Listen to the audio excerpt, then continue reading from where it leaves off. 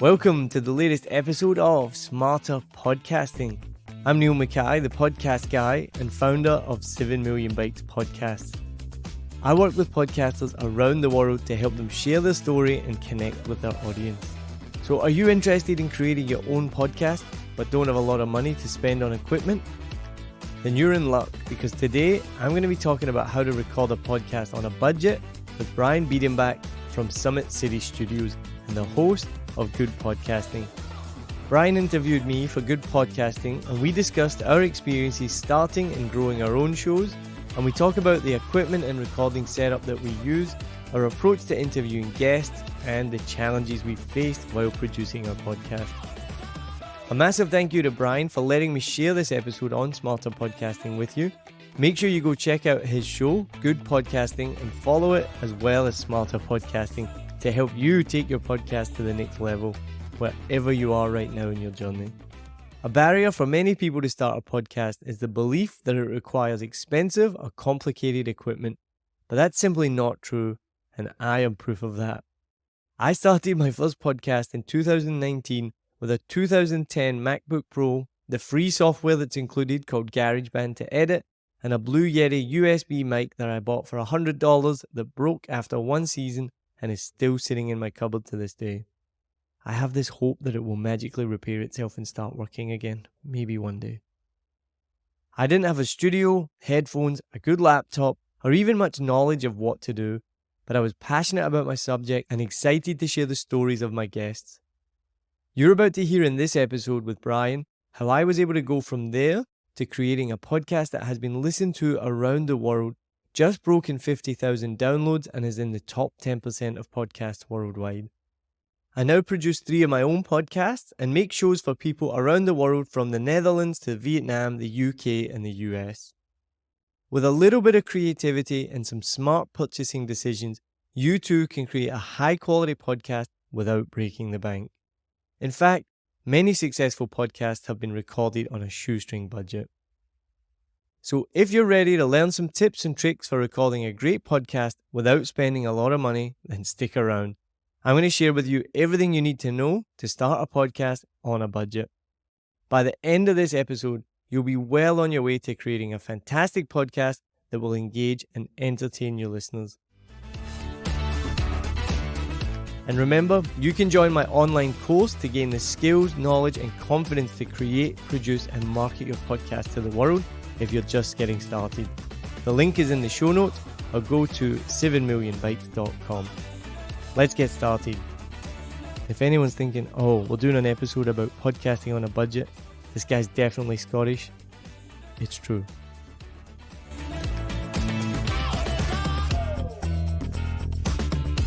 Hey everyone, Brian here. You see, my guest today, Niall runs 7 Million Bikes. It's a podcast production company that operates out of Saigon in Vietnam. It's an amazing story. I can't wait to share that with you. Let's jump into today's episode of Good Podcasting with Niall from 7 Million Bikes. Hey there, and welcome to Good Podcasting, the show designed to help you create, launch, and grow your podcast.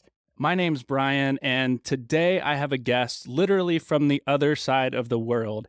I'm really excited to introduce you to Niall, the podcast guy. Let me tell you a little bit about him before I bring him on.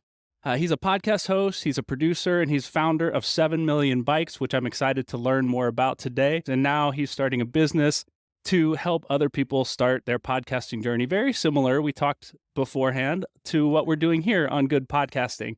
Let me introduce you to Niall, the podcast guy. Niall, welcome to Good Podcasting. How are you? I'm very, very good. Thank you so much for having me on. Awesome introduction. Yeah, well, it's been fun. Like, again, we talked for just a few minutes before recording, and it's been fun getting to know you. People might be a little confused when I would tell them that you are in Vietnam, and they hear, is that a Scottish accent? Yeah, I'm a Scotsman in Vietnam via the US, then Australia, then New Zealand, then Vietnam. So you've been all over the place. Yeah. Where do you call home at this point then? Is it Vietnam? For the longest time, it was still New Zealand, but now it is Vietnam. Yeah, we're kind of, Vietnam's home for the moment, but it's not permanent. Sure. Okay, so all the places you've traveled, have you picked up little bits and pieces of accent from every place? Because I hear it really strong Scottish, and I didn't know, like, when you talk to people back in Scotland, are they like, what happened to your accent? Yeah. The last time I went home, I saw my best friend. Grew up with him, hadn't seen him in years, and as soon as he walked in, I was like, "Ah, hey Gary, how are you doing? Good to see you." And he looked at me and he said, "You don't need to talk to me like I don't speak English." And because living in Vietnam, I am very used to speaking to non-native speakers who do speak English, but it's a second language. So I slow everything down. You have to downgrade your language in terms of what you say, like the vocabulary you use Sure. and the grammar you use, just to make sure that people can understand you. But even, I mean, after living in the States, you guys cannot hear accents. Like when I lived in America, I would walk up to people and, I'd say things like, "Hey, how you doing? What's the weather going to be? What's the weather going to be like today?" And they'd be like, "Yeah." That that's not the answer to that question. Like it's not a yes or no answer. So that was I, really common. I think sometimes we're just caught off guard by the accent, and we're like, I don't know what he said, but that sounded beautiful. And we just kind Americans, of they love the dumbfounded. accent. Yeah, they love the accent, absolutely love it, but don't understand it at all. And America is such a big country. You don't have a huge amount of accents. You're not, because I mean, like, in Europe or in the UK, Yeah. you just hear accents left, right, and center. Whereas in America, you don't really get exposed to that many accents. So Yeah. when people would hear mine, they would just, one, get really excited, and two, have no idea what I was saying. So I would have to, even in America, and even now I teach English, I have to put on an American accent when I teach a lot of the times, because Okay. some of the words I say, like last week, see, I just slipped between American and Scottish there. Last week, I said to my students, add up the total. The total. What did I say? I see, sometimes I can't even understand what I'm saying. I said, add up the total. And my students looked at me with a blank face, and I was like, the total, add it up. And the student was like, and I was like, oh, total, add up the total. And I put on an American accent, and as soon as I put on an American accent, they're like, oh, the total, oh, okay. No, it's funny. We have more dialects, really. Like, we have slight little things. The way we say words in Wisconsin is different than it is I grew up in Cincinnati, and the way I say things, my wife's like, that's totally like in Cincinnati. But I'll tell you, man, when we hear an accent like yours, it's either, oh, he's either from England or Australia. Like, that's all we know. Man, we could talk about accents all day. Yeah, I could do it all day. Probably we Yeah. shouldn't, since we're talking about podcasting today. Tell us, you've got a couple podcasts going on, right? Tell us a little bit Yeah. about which one you started with, and then kind of how that developed. Yeah, so what happened was, obviously a massive podcast fan. It goes all the way back to, which American listeners probably maybe not too familiar with, but like way, way back when it was actually on an iPod before smartphones and everything, I listened to the Ricky Gervais show, which was with Stephen Merchant, Carl Pilkington. It was the biggest podcast in the world. Podcasting had kind of like, it was just at the birth of modern podcasting anyway. That was kind of the first real big one, wasn't it? That was the first big one, yeah. Yeah, I for think I sure. remember reading that recently. Yeah, it was huge. I remember at the time they're like, this is the biggest podcast in the world. It went crazy. I mean, if you've ever now seen Carl Pilkington's become kind of famous in his own right for shows like An Idiot Abroad and things like that. So always into podcasting, would listen when I was commuting. And then I did some research on this a while ago. And then now recently, after what's happened, my research has been confirmed that it was the Serial podcast with Adnan Syed about, the kind of true crime podcast. Now he's been released, just recently been released from jail. And I'd read articles that backed up what I had thought was that really was the watershed moment. And if you even look at Google Trends, podcasting had declined. And then I think it's 2014 when that came out, it shot back up. So that really like reinvigorated podcasting was the Serial podcast. So I'd always been a big fan of the medium, listen to podcasts all the time. And then my wife and I, our schedules changed. So we used to always have the same days off. And then suddenly she was working and I had a Sunday to myself. And so I was just really bold. And, here in Saigon, there's not a huge amount to do. There is if you look for it. But one of the most popular pastimes is just drinking beer. because it's so cheap here to drink beer. And I didn't want to do that all day by myself on my day off. So I just kind of, one bold Sunday, I was like, I should start a podcast. And what it was, being a teacher here in Saigon, you meet lots of different English teachers. And they there's this almost like a phrase, like people say, oh, I'm just an English teacher. What do you do here? I'm just an English teacher. And I found that really like disparaging, because the more I learned about just an English teacher, they all had something else. Like, they were either like a designer or a singer or an artist or a leather maker, one guy was, or a comedian. And so I was like, I want to get to know these people. I want to share their stories about who they really are more than just an English teacher. And so that's kind of where it started from. I was like, right, I think probably like most podcasters, you're like, I'll start a podcast. And then you're like, oh, what do I do? Like, how do I do that? Right. So, I had to research all the things that you need to start a podcast. And so that from there, then that started. It was originally called a Saigon podcast. 7 Million Bikes, a Saigon podcast, which was a really large name. And 7 Million Bikes came because I just read an article saying that, this will blow your mind, Saigon has about 10 million people, and there at that time were over 7 million registered motorbikes in the city. So it's got one of the highest. It's okay. Just if you go out here, there's just motorbikes like everywhere, left, right, and center. That's how people get around. Yeah, I mean, cars, this is a growing economy. So in the 6 years I've been here, cars are more prevalent and more normal, but still a heck of a lot of motorbikes. So 7 million bikes, I was like, that's a fun name. So I came up with that. And then so the initial goal was to interview people in Saigon. And then just through natural evolution, I started to interview guests overseas. There were Vietnamese American or Vietnamese Swiss, Vietnamese German. I got introduced to some really cool people.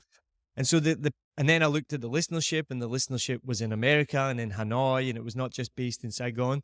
So after, I think, a year, I changed the name to a Vietnam podcast to be more reflective. And then a little bit later, I dropped the 7 Million Bikes, and that became more of the overall brand. So it was like a Vietnam podcast by 7 Million Bikes rather than 7 million. Because as well, you're learning all the time. And I think somebody said to me, 7 Million Bikes doesn't really mean anything. Like, it's not, as a podcast, it's not obvious what the show is about. It's kind of like a little internal joke for me. I like these quirky things. So I dropped that. And then, and it just kind of like, it didn't blow up like, top 1% of podcasts in the world, but like, and then again, I'm sure you've maybe talked about this before. You see the most common question podcasters always ask is like, how are my numbers? Like, what should I be aiming for? What's a good show? Right. And I had the same thing all the time. I was looking at my numbers and I'm like, I have no idea what these mean. Are these good? And then eventually I found some stats and I was like, wow, I'm in like the top 10 to 20% of podcasts in the world. Like, these are great numbers, like for which we're probably like, I think my biggest episode is over 500 downloads. Generally though, it's pretty consistent, which I've always been proud of. Like, I see people post about how they get really inconsistent numbers. My numbers have just always been like clockwork, like between 150, normally about 150 to 200 in the first 7 to 14 days, which is another thing I try and tell people. It's the first 7-day downloads is really all you need to be looking at. So it was good. So then once I realized that it was doing really well, and I was like, wow. And then, the over the last year or so, especially, I meet more and more people that are like, oh, I listened to your podcast, which still blows my mind. I have this really weird thing. I don't know if you have this, where we sit and we make this thing. And right now it's just me and you talking. Right. There's no one else around us. And then we put it out to the world for people to listen to. Right. And then I get surprised when someone listens. I'm like, wait, oh, you listen? Oh. You too. And it's like, not what? Mom. It's not my mom, Yeah, exactly. So like, even to this day, when I meet someone, they're like, oh, hey, I listened to your podcast. I'm like, oh, you listen to me? That's so weird. Yeah. You hear how much you know so much about me. Like, I talk about my wife a little bit, not much, but like, she comes into the conversation. Like, you know a lot about my life. And I think so. Not to cut you off there, I want to hear more, but I do think you hit on a really important point that I try and tell people as they're starting podcasts is, as you develop your content's one thing, but your listener gets to know you. Like, the content gets them there, but it's really you and your personality and your voice that, you talk about, you're real, you're authentic, you talk about things that are going on in your life, and they get to know you and they want to hear the way you think, what you think about the next thing, or they trust you. I liked the last 3 guests you brought on. I'm going to like this next one, right? And so they get to know you because all they do is hear your voice. And that's why I love this medium too. It's, people feel connected with you as the host simply by your voice, no matter what accent you're speaking in, right? Yeah, and and it's something I struggle with still, because so I never started this to be quote unquote famous. I didn't do this to put myself out there. I did this to share stories of people, and my goal has always been to put the guest front and center. So if you look at a Vietnam podcast, you won't find my picture at all unless I was the guest. And there's a couple of episodes where I've switched roles and been the guest, but it's always the picture of the guest on the front of the episode. I've always promoted them. If you look at any of the content I put out, like the mini content, things like this, it's never me. It's always the guest.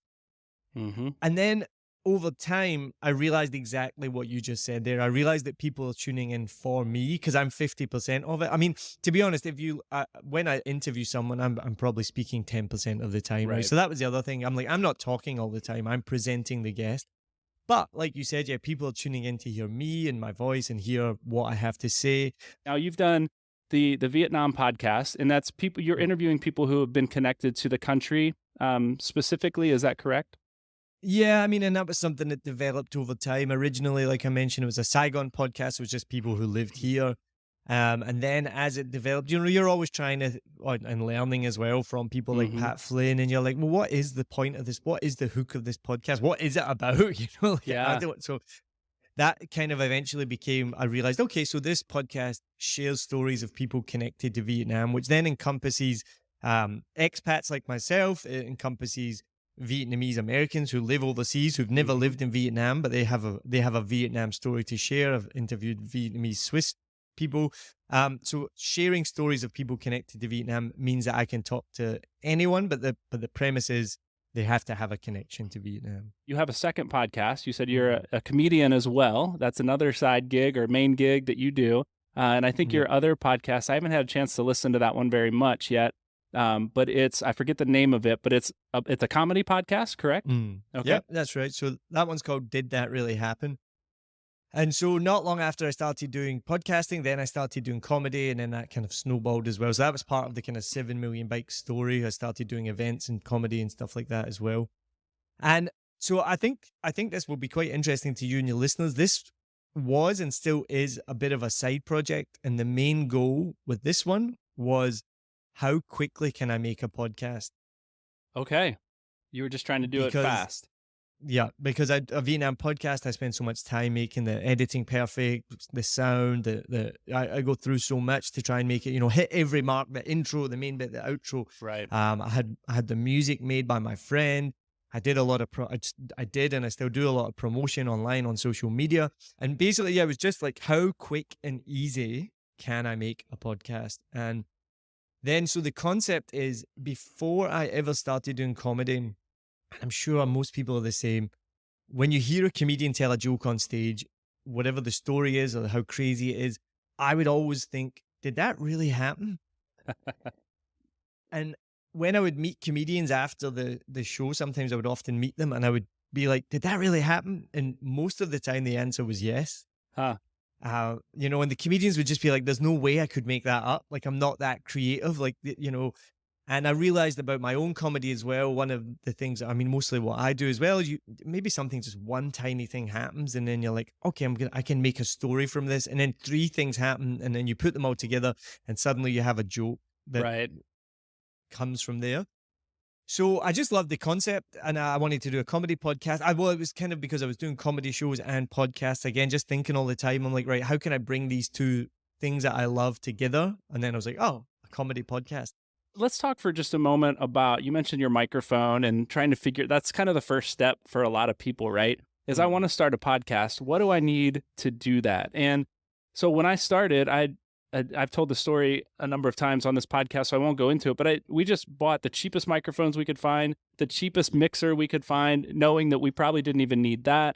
And we learned how to use it because I invited a co-host that I thought knew how to do all that stuff, and he didn't. And so he and I were both learning along the way. So what did you start with, and have you outgrown that stuff? Or are you still using the same microphone and headset and all that stuff? Yeah, yeah. Man, thank you so much for having me on. I get so excited to talk about this stuff. It's so weird, isn't it? You're like, wow, yeah, I'm excited to talk about this. Um, no, so yeah, almost the exact same. I'm Scottish. We have a reputation for being cheap. That is a very true reputation. I'm very cheap. I try and do things for as cheap as possible. I don't like spending money. I don't like investing money if I don't have to, especially if you're starting something like a podcast. I'm not, I see some people post all their equipment and I'm like, where do you get the money for all of this? Like, I don't have like the money lying about to just go and spend $500 on a mic and a mixer and all of this stuff. So it's always, and even to this day still, it's like, how can I make this? This has always been my mantra. How can I do this as good as I can with the budget that I have, which is generally not very much. Right. Yeah. So I started off with and also at this point, and I'm going to mention him a few times, I need to give a massive shout out to my friend, Lewis Wright.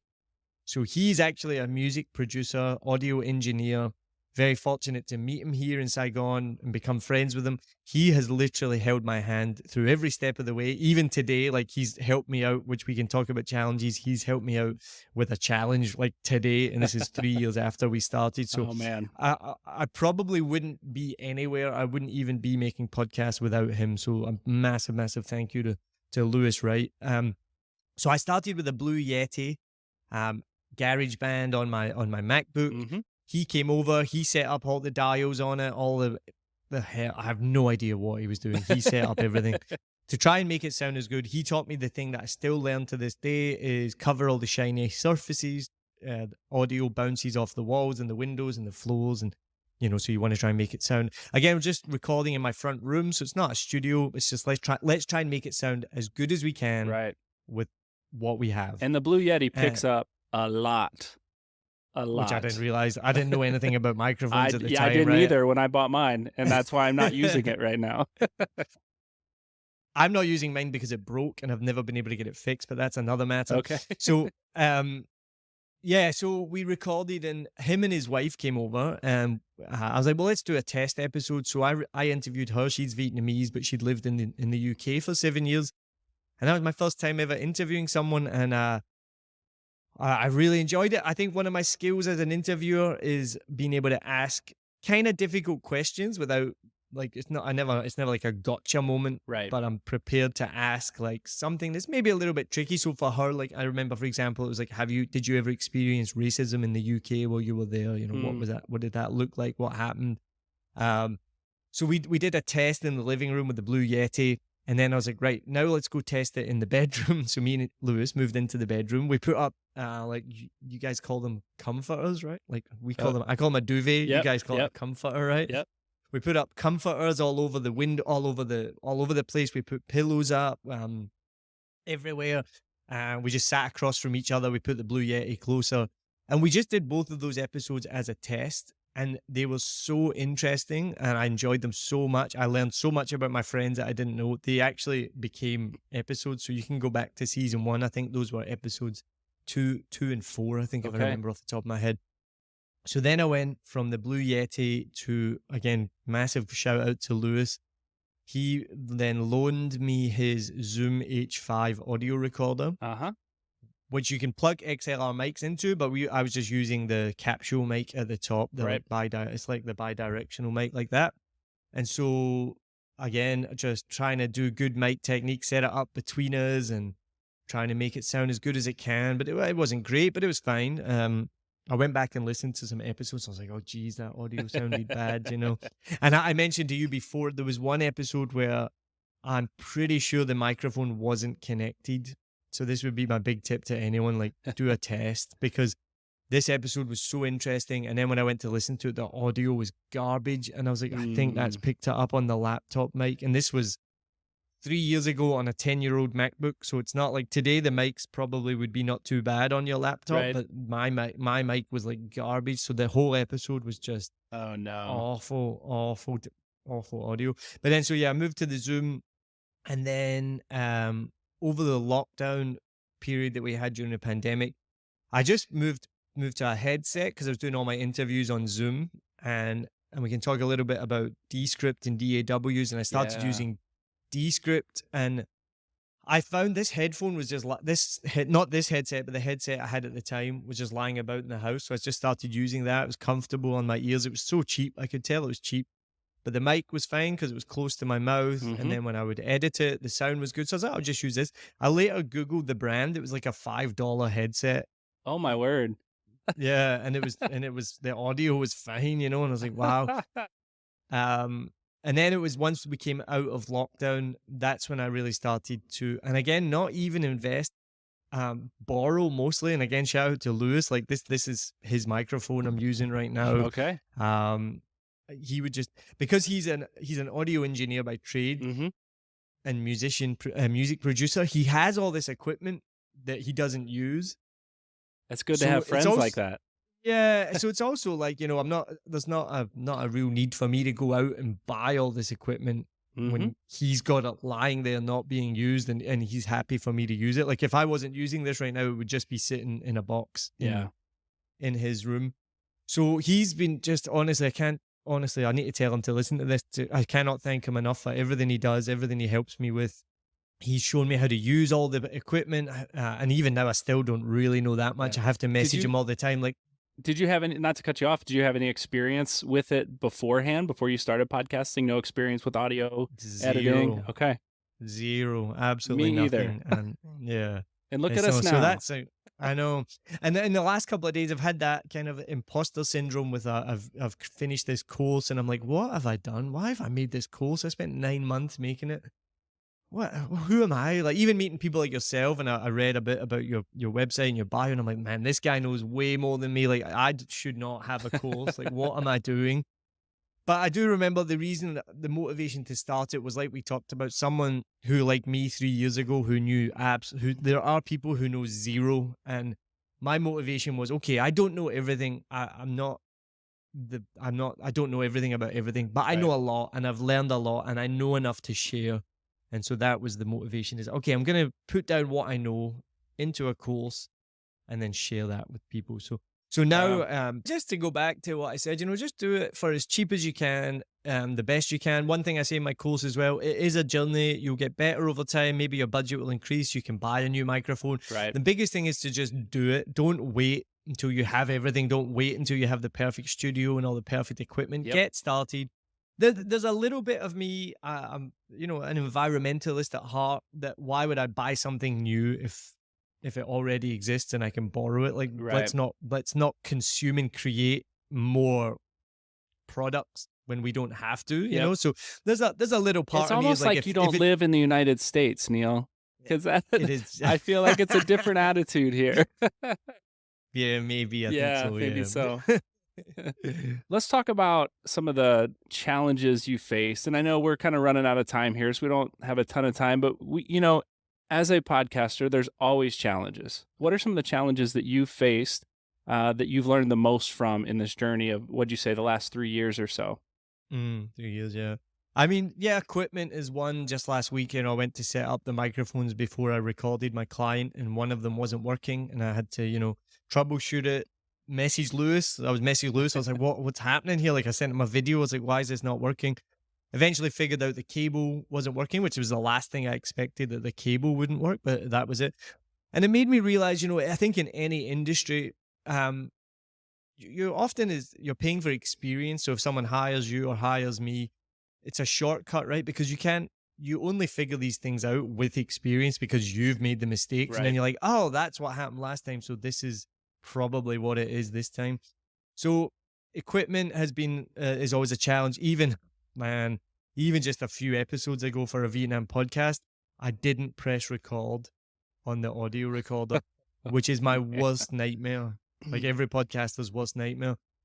Thankfully, I had recorded it on my camera. I'd set up a tripod with my camera, so I don't really post on YouTube, but again, for the micro content, I just take these little clips and post them. But the sound quality, obviously, on your phone, which is about 3 feet away from you, isn't as good. So that was a massive challenge, was then trying to make that audio listenable. And that was just a nightmare. Like, it was just such a nightmare.